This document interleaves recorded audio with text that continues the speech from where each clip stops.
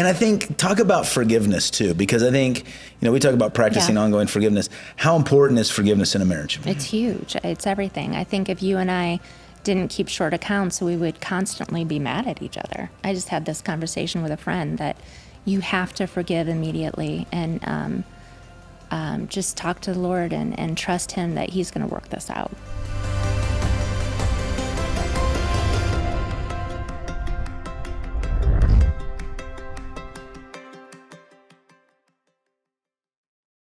Hey guys, Pastor Jeff here on the Brave Way podcast, and I am here in studio today with my wife, Kim. And so we just want to talk to you a little bit today. I don't even know where this conversation is going to go. We've never really done this with microphones before, but just to talk with my wife about our marriage, our relationship, where we're at, how we work it out as a couple, how we continue to grow with Christ, and all the different things. So welcome. Thank you. Welcome to the podcast. Thank you. So I'm trying to figure out where we want to even start. Let's just start about, why don't you tell people how we even met in the first place? We met at church. Our mothers were conspiring and got us there. He was preaching and I was in the congregation and had no idea that the mothers were trying to plan this. But I had an idea because my mom told me about you. My dad told me about you. So I always tell people I had her at Let's Pray, but that's not true. But we got to know each other that day. I was impressed. You were? Yeah, of course. Oh, good. So we got to know each other. We became really good friends. And then in God's providence, we both ended up moving back to our hometowns for a variety of reasons. And we were there and just became good friends. Yeah. Really. And because in our relationship, both of us had gone through engagements. And because of that, when we got to know each other, we're a little bit skeptical about really pouring in. So talk about that in our relationship and how God began to build our relationship. Yeah, I think it allowed us to be best friends. We wrote each other. We didn't have iPhones yet. Those weren't out yet. We had email. And so we had email and wrote each other. You were traveling a lot and you're a good communicator. So we talked quite a bit. And it was really awesome. We built the foundation on trust and just mutual friendship. And it was fun. And you were the first person I had met that was really serious about their faith, and that was huge for me. Talk about that for a second. Yeah. Because it's one thing to date somebody that's a believer. You dated believers. Yeah. Versus dating somebody that's pursuing the Lord. Talk to singles about why they want to date somebody that's actually pursuing the Lord, not just attending church with them. Yeah, it's huge. I realize now, I didn't think at the time, but I realize now that I was the one that was leading a lot of those relationships. And you want to find someone as a woman that can lead you to church and is serious about their faith, even if they weren't with you. And so that was huge for me. Mm-hmm. And then you were talking about our relationship. We talked all the time. I was thinking before we started this podcast, I'm like, I don't know how long it's going to go, but didn't we have like a 9-hour phone call once upon a time? Yeah, but now we don't have 9 hours. I have no idea what we were talking about. I have no idea either. I think I was just trying to keep you on the line.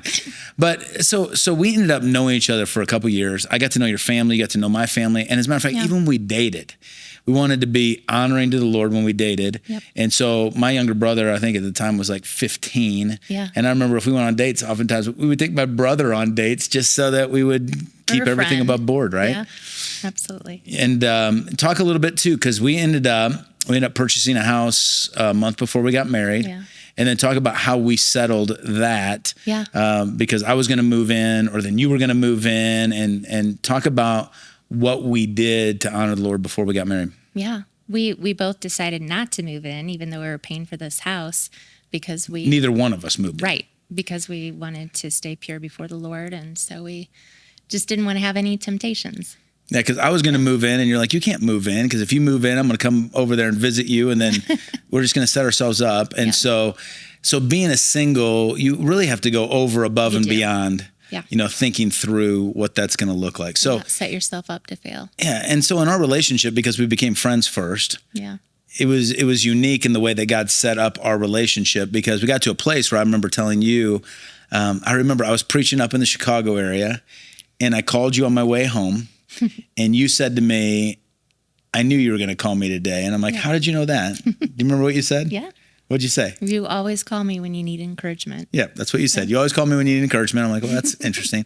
And I remember we went out to the park that day and we were walking and I just started talking and telling you, I'm closer to you than any girl I've dated. And this is weird because never held hands, never kissed. And, we're just friends. Yeah. But when one of us ends up getting married, this is over. Right. So I said, it's too bad you're not called to the ministry. Do you remember that conversation? Oh, yeah. So talk about that, what you were thinking at the time what you said. Well, I told you that I was guarding my heart because I already knew that I was falling in love with my best friend and felt like maybe you weren't. So I was like, okay, I'm going to get in trouble here. And, but I was. Yeah. and talk about when you knew for sure that I was the guy. Come on. I love this story.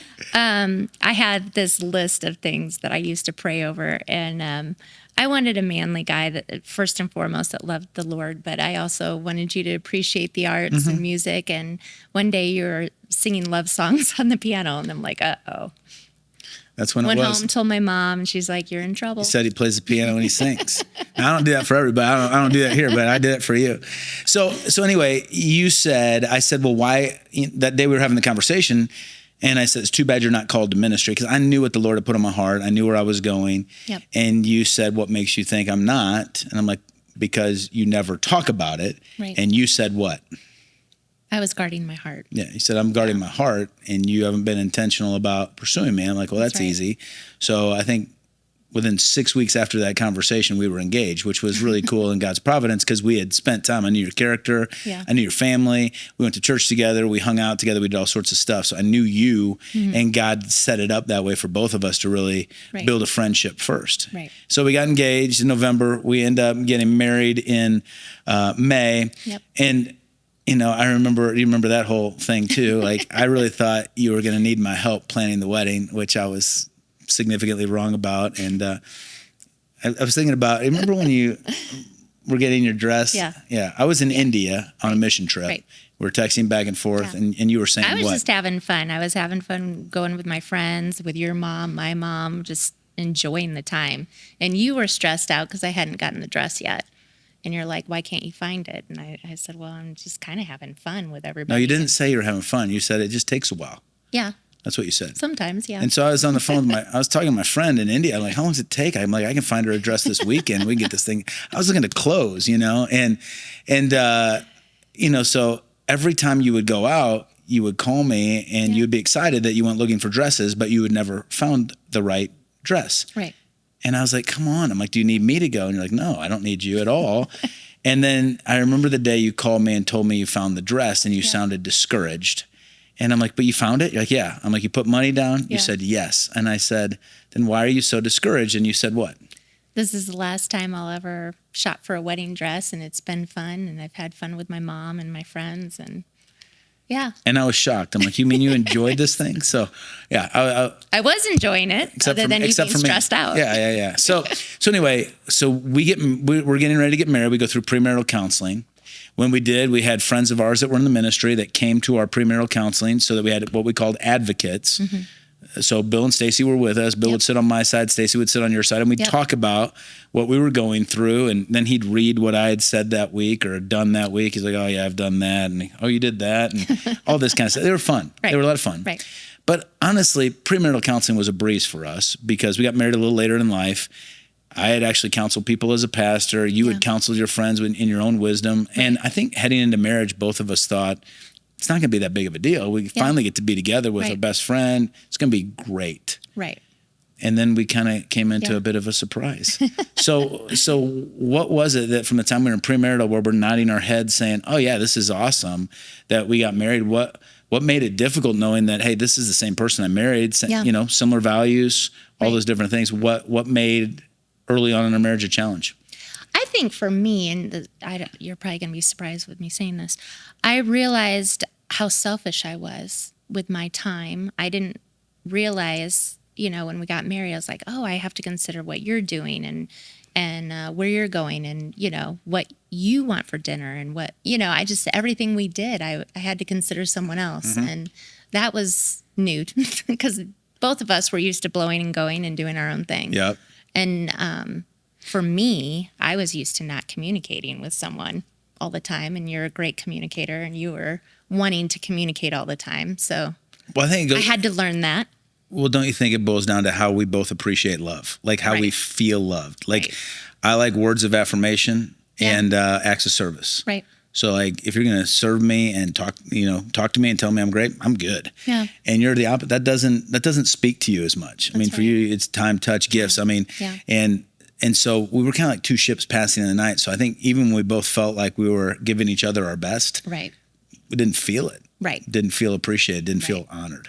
Yeah. Would So you agree with that? I had to learn to be a better communicator and tell you where I was going and what I'm doing. And you realized that I liked time because you were busy doing ministry and you had a lot going on.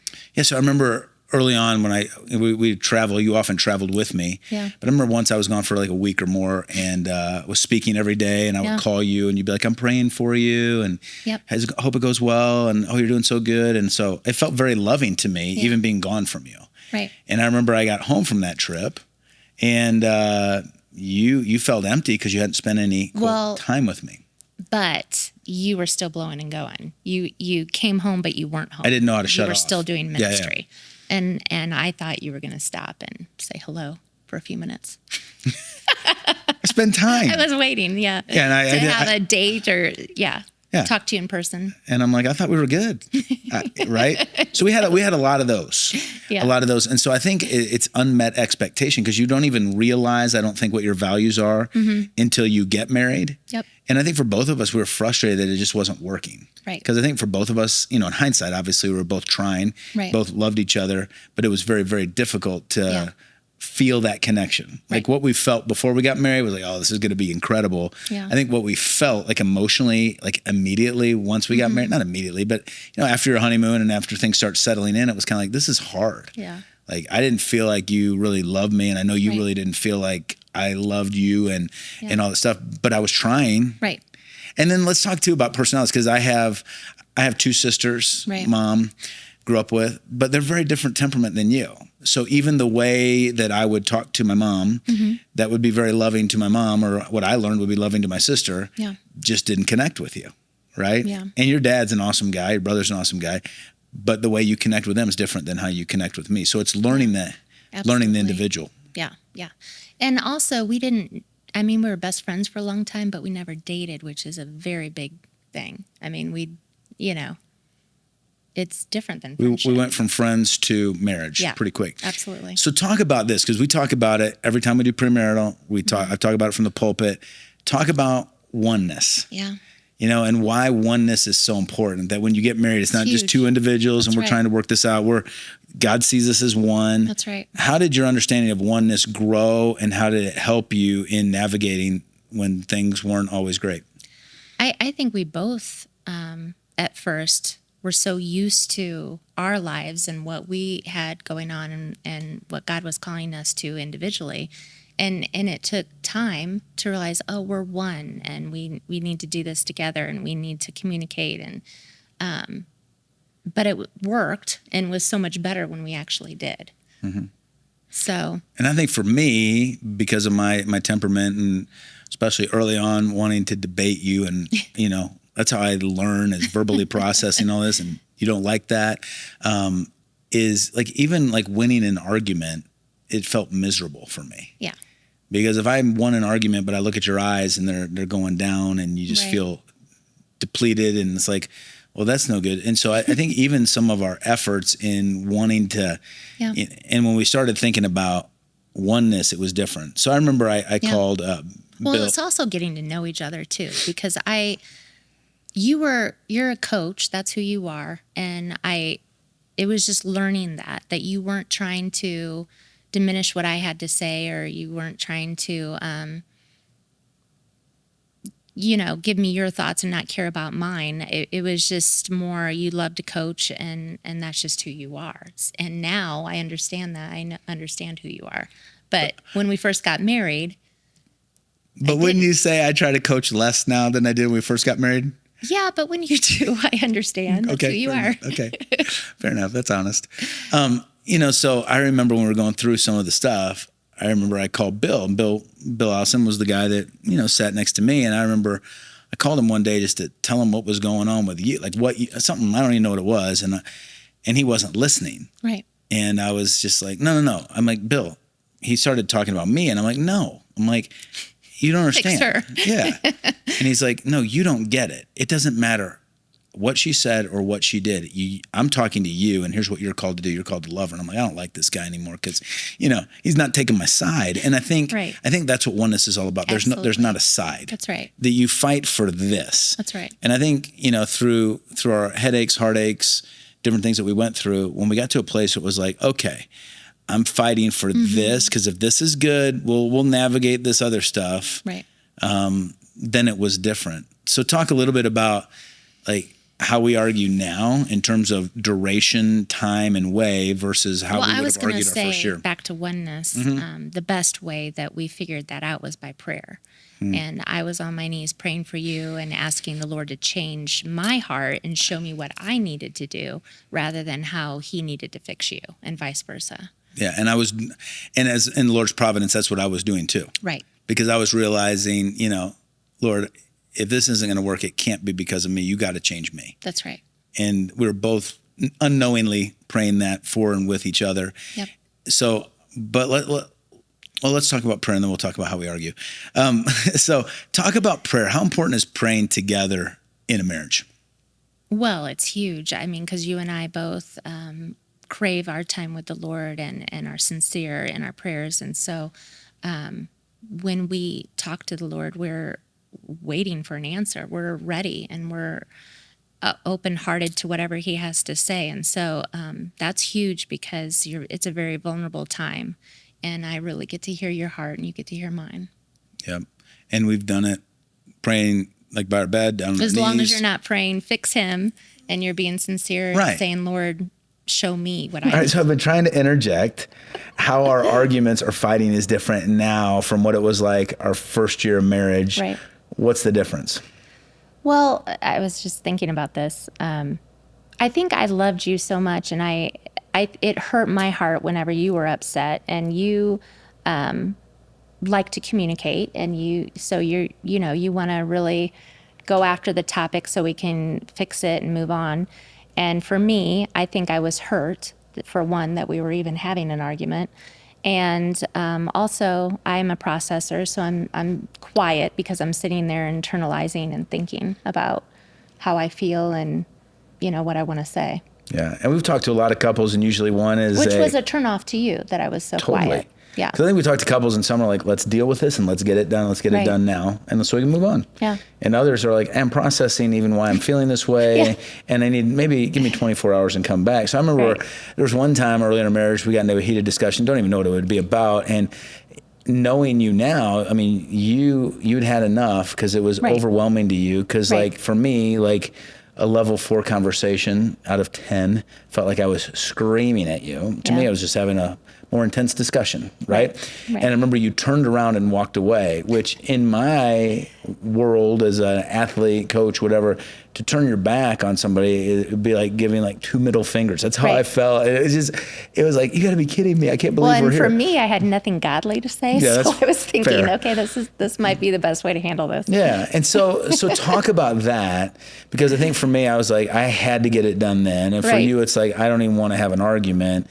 How have you grown, and how have you seen us grow when we have disagreements now? Well, I think you learn each other. So now I know, okay, he needs to communicate how he feels. And I'm still a processor. I haven't changed who I am, but I handle it better now. I was a new wife. I wanted to please you. I loved you, still do. But I know that this is how you communicate. Like the other day when I was sick, you were worried about me. And so you're trying to get your feelings out, but I'm not feeling good. And it just, it was too much for me. And I've learned but too. I realized this is because you care about me and you love me. Yeah. And when we first got married, I didn't realize that. Because you felt if I got intense, I was mad at you. You were mad at me. versus the situation. Right. Right. And so I've learned sometimes, like yesterday, for instance, I'll just take a little walk, right? Because that way I can talk to the Lord rather than let things come out of my mouth, right? And I think talk about forgiveness too, because I think, we talk about practicing ongoing forgiveness. How important is forgiveness in a marriage? It's huge. It's everything. I think if you and I didn't keep short accounts, we would constantly be mad at each other. I just had this conversation with a friend that you have to forgive immediately and just talk to the Lord and trust him that he's going to work this out. And by forgiving, it's like, I'm not going to bring this back up again. That's right. We're going to move on from this. It's That's okay. right. Even if this happens again, I'm not going to use this. Well, you always, and you, right? You move on because again, we're fighting for this. Yes. We're fighting for each other, fighting for oneness. So Right. let's talk about this because we always talk about oneness before we talk about roles. Biblically, when we talk about roles, we talk about them the way God talks about them. Now, you and I don't think people know our background very well, but we both grew up in churches, female pastors. We both grew up in churches where it was very egalitarian. Yep. It's not really a big deal to us. I became, my convictions became my convictions because I started reading the Bible. The Word. Yeah, so I think a lot of people would hear me preach that don't know me, don't know you, and would say, Kim, aren't you oppressed? I mean, you have a husband that's like a strong leader, that's like, he's in charge. Like, aren't you really devalued? Do you really realize what you could be if you weren't married to a guy like that? What would you say? Well, both of us came from churches that were grace-filled, but we didn't know the word. We didn't hear the word from the pulpit. I actually never even heard the salvation story. So I think for you and I, we crave the word so much and we want to do it the Lord's way. And I see you on your knees every day. I see you serious about God, and you don't lord anything over me. You love the Lord. You're one with Him, and so I value what you have to say, and I'm thankful that you're the leader of our house and that you're doing it God's way. So you don't feel oppressed as a woman, that you could be so much more as a woman? I was very careful. I prayed a lot before I got married, and I wasn't going to settle. And I wanted someone that was going to be so serious about the Lord that I could trust you to lead our family. And I have a son. I also have 2 daughters. Yep. You think my daughters feel oppressed having me as a No, dad? they're very thankful. Yeah.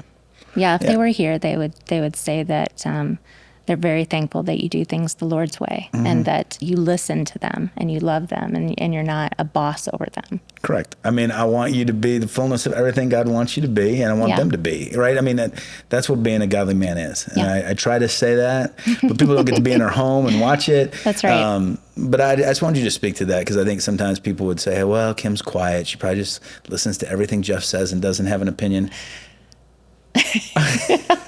I was taught, don't throw your dirty laundry in front of everybody else. Yeah, so just so people know. So I do have opinions. I just don't share them with everyone. Okay, fair enough. So would it be fair to say that there's times as a visionary that I share things that you can give me a look or tell me things like, yeah, you're totally wrong on that?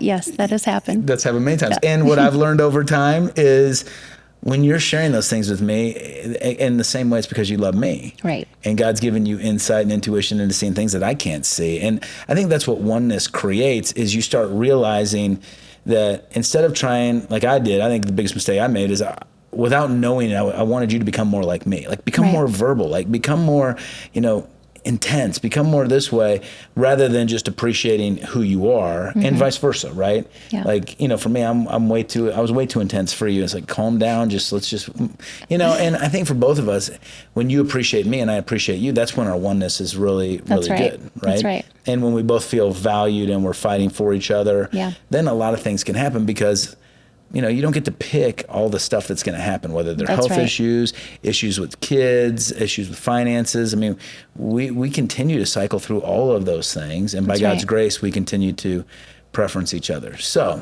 question is, singles, is there just one person out there that you can marry, or, could you marry? Like, how do you know? Like, is God sovereign? Is He working in this? Or do we just kind of happenstance pick somebody and then hope it works out? I prayed my socks off, and I know you did too. And even after I met you, I asked the Lord, take him from my life if this is not the man that I'm supposed to marry, because I knew I had already fallen in love with you. And I wanted the Lord to lead it. I wanted Him to be in charge and not me. And and I heard from him right away that it was meant to be you. So I think as long as you're following the Lord's voice, that is definitely who you're supposed to be with. I agree. And I think, And I did that with a lot of people, and I never heard the Lord's voice on that as clear as I was when I was praying for you. and it was the same for me. I never heard your name in the scripture or whatever, but I remember reading Proverbs 31. I'm like, that's Kim. Yeah. That's what she's like. Or read on integrity. I'm like, that's Kim. That's what she's like. I can trust her. My heart trusts her, and would sense all those things. And then when you get married, here's what I would say. Then you are one with that person, and that Right. is God's plan. And if you believe that, then you also believe that God sovereignly is the one that brought you together, because we're not That's smart right. enough to figure out, oh yeah, here's what it is and here's what it isn't. But when you believe that, and then you start looking for those gifts, like you have an intercessory gift unlike anybody's intercessory gift I've ever been around. And that enhances my preaching so much. People don't realize the insight that you give me when you pray, and the things that we talk about before I preach and after I preach and all those things.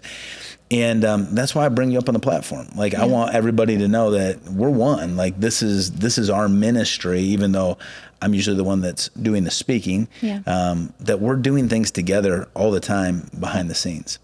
So let's share that story. I talked about it, I think, in one of the services, but you tend to be, by nature, you're a question asker. Yes. You're just very curious. I, by nature, tend to be a statement maker. Right. You remember that one night we tried to reverse roles? We reversed roles. Yeah. We went out to dinner, and it was a very quiet evening. I had a lot of questions. I was having a hard time saying statements, and you were having a hard time asking questions. It was fun. And then we even got on the phone, and you started trying to ask me questions, and I'm like, not going to let you do that. Okay, so oneness. Let's talk about intimacy in a marriage, because I think that's a topic every couple wants to talk about. And what we like to tell people is, if there's a challenge with intimacy, in the bedroom, it started somewhere else. Right. It's the root cause is somewhere else. You're just seeing the Right. symptoms show up there. So we talked about, when I was preaching on this, that trust is the bedrock of all intimacy in a marriage. Talk about that, especially from a perspective of a woman. Yeah. Why is that so important? It's huge to a woman. I mean, if you can't trust someone, it's hard to be intimate with that person. I can't even imagine. So and also just mentally, women need to know that they're secure and that they can be vulnerable with the person that they're with. Yeah. And I think, for guys and gals, they come at it different ways. Like when we're talking to couples getting ready to get married and we're asking them, hey, tell us what you're most looking forward to. And the bride starts talking about the wedding and being together and sharing a home and doing all these things. And we're looking at the guy and he almost starts laughing. Like, is there any question what I'm looking forward to? Right. But God created intimacy between a man and a woman. So can intimacy be pleasurable for a wife? Absolutely. Can it be part of a marriage? Yeah. Yeah. I think, when there's been abuse in a person's life, male or female, that they need to get the help so that they can have a wonderful intimacy life with their spouse, because God created it, and it's good, and it's supposed to be fun, and it's supposed to be enjoyable. And so you need to do the work so that you can enjoy your marriage to the full. And it's connecting. There's a bond that takes place. There's That's right. a depth of relationship that only takes place in the covenant of a marriage that's building to each other. That's, we talk about the fact that it's just different. Right. Because any sexual intimacy outside of marriage is selfish. That's right. Because it's about pleasing me. It's about what can I get and how can I enjoy this. But in a marriage, it's self-sacrificing. It's serving. Yeah. How can I please my wife? How can I please my husband? And so talk about this, because I think there are some people that are like, that's okay, unless, there's some things that guy needs to change. Then I'm going to withhold intimacy until he gets everything right. So for months on end, or if he didn't help with the dishes tonight, so he no chance. Yeah. Why is it not good to you to withhold intimacy in a marriage? Intimacy is the glue. I mean, it's supposed to be the thing that brings you guys back together, because it's supposed to be the one thing that you don't share with anybody else. Correct. And so it's the one thing that you have together that nobody else shares with you. So if you are withholding it, then you're not living the fullness of what God made your marriage to be. And So, but sometimes people do need to get the help because, there's trust issues or pain going on in their lives that they need to be able to communicate with their spouse. And that goes back to the trust issue, and that goes back to the forgiveness issue, and that goes back to keeping short accounts. Because if you can't do that, then there's no trust. Then intimacy makes it really impossible, because I can't stand this person right now. There's no way I feel like being intimate, right? Right. But that's why prayer is a huge part, and forgiveness is a huge part, and all these different things, because we're fighting for oneness all the time. All the time. Right? Yeah. And forgiveness is a huge thing. I don't think a woman is able to be intimate when they're not forgiving. Yep. Yeah. At least they're not able to enjoy it in the way that the Lord intended it to be. So then let's move on. Let's talk about parenting just a little bit. I mean, we have different seasons. Our oldest is 17 now, but we've been through all these different stages. Now we're getting ready to, send one out of the nest and all those different things. But talk about how important it is to be united as one in the parenting process. I was thinking about that this morning, that, kids can take over a marriage if you allow it to. And you're so busy with all their activities and making sure they're where they're supposed to be. And sometimes you don't realize, I'm not taking time for my spouse, or I'm allowing them to talk over my spouse, or I'm allowing them to sway me rather than listening to my spouse. Yep. So how do you prioritize each other when certain seasons with your children, they're just consuming? Right. They just are. Right. So I mean, you and I have always done our best to do date nights. They're not always consistent, but we try to make sure that we're getting time together, even prayer walks, just time with one another, and definitely prayer. I think our kids know that when we're on our knees praying, that's not a time to talk to us, unless it's 911. Exactly. Somebody's Which dying. we've had before. Yeah, we got to take care of that. But and then just the way two different people are wired. Yeah. And just the insights sometimes that a dad would have, or sometimes that a mom has, that are just different. And how do you have conversation about those things and meld? Whether you're talking about direction or discipline, or just what needs to happen here, or how we need to handle that situation, what's needed. Yeah. How do you work together on that? I mean, you and I pray a lot. I mean, we're working on something right now with one of our kids, and we're just praying our socks off that the Lord intervenes and shows us and gives us wisdom, because sometimes you don't have the answers. And but definitely being one, and not allowing the child to sway one parent over the other is huge. Yeah, and I think sometimes too, we'll look at each other and be like, "You'll handle this situation better," or "I'll handle this situation better." Like this is a time for me, or this is a time for you, and then we're being a champion of the other one. That's right. So how do you? And usually we hear what the other person said, and we were like, "Okay, we said the same thing." So yes, but and then how do you honor each other and not let your kids take over? Yeah, I feel like our kids know that we put each other first. But I'm asking, Before how do couples do that? Or I mean, after Christ. Yeah, after Christ. How do your kids know that we've talked about it from the time they were little. Like I would tell all my kids, Mommy's more important to me. I love you unconditionally, but I married Mommy. I'm going to be here long after you're gone. Well, and kind respect my husband, or respect my wife, and we don't allow our kids to talk down to each other. Yeah, it's good. It's good. What other things are on your mind? I think I was thinking, you and I are so adamant on doing things the Lord's way, and we pray a lot, and even if we don't see things eye to eye, we're praying. But some spouses don't have a partner that prays, or a partner that is wanting to seek God and putting Him first.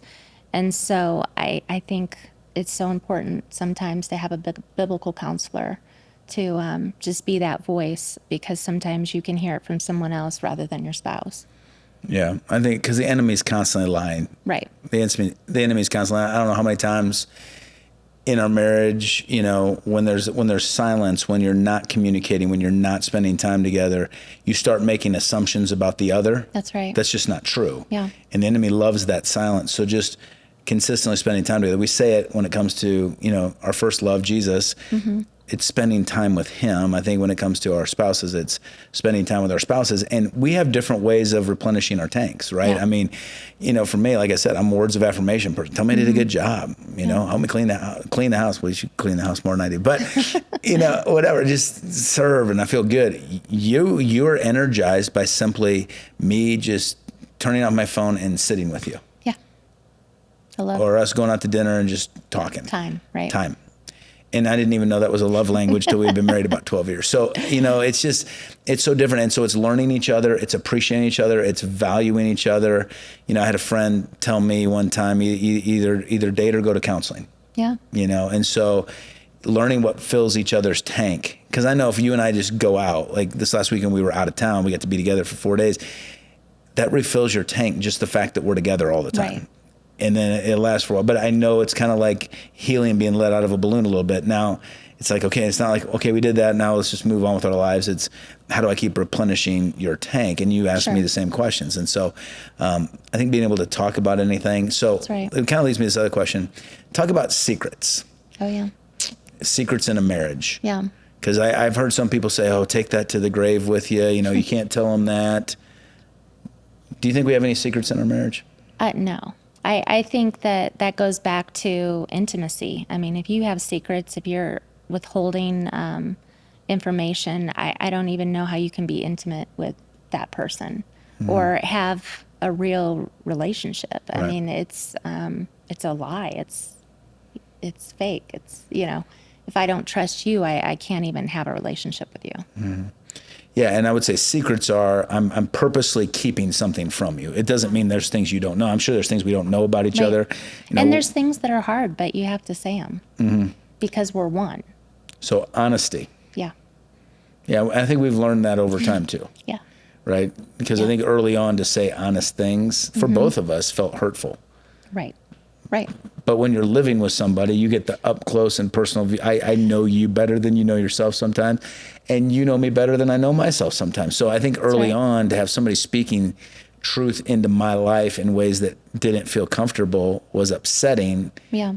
Even though in hindsight it was really, really good. Right? And I think you would probably say the same thing. Absolutely. And so, but not having secrets, because when we talk to other couples, well, I can't tell her that because if she knew that, then that's a massive problem. Yeah. We tell her just be honest about everything. That's right. And so, like I said, there may be things that you and I don't know about each other. Yeah. But I can't think of anything in my life I'm purposely trying to keep from you. Right. And if you ask me questions, I'd tell you anything. I mean, there's nothing here that I would withhold.